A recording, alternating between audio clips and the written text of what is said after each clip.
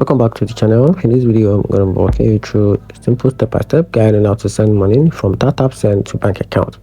So let's dive into it. But before that, make sure you subscribe to the channel because the channel helps me out.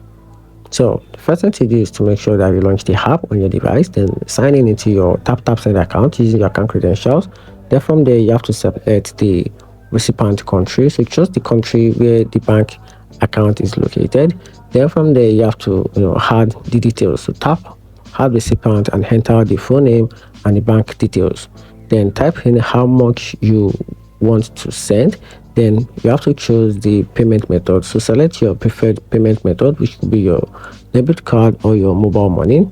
Then check all details to ensure they are correct. Then after that, confirm and send, and save the receipt so to keep your confirmation for your record. And that's it. So make sure you keep the confirmation for your record, and just in case if anything went wrong, you can just easily provide the saved receipt as a proof.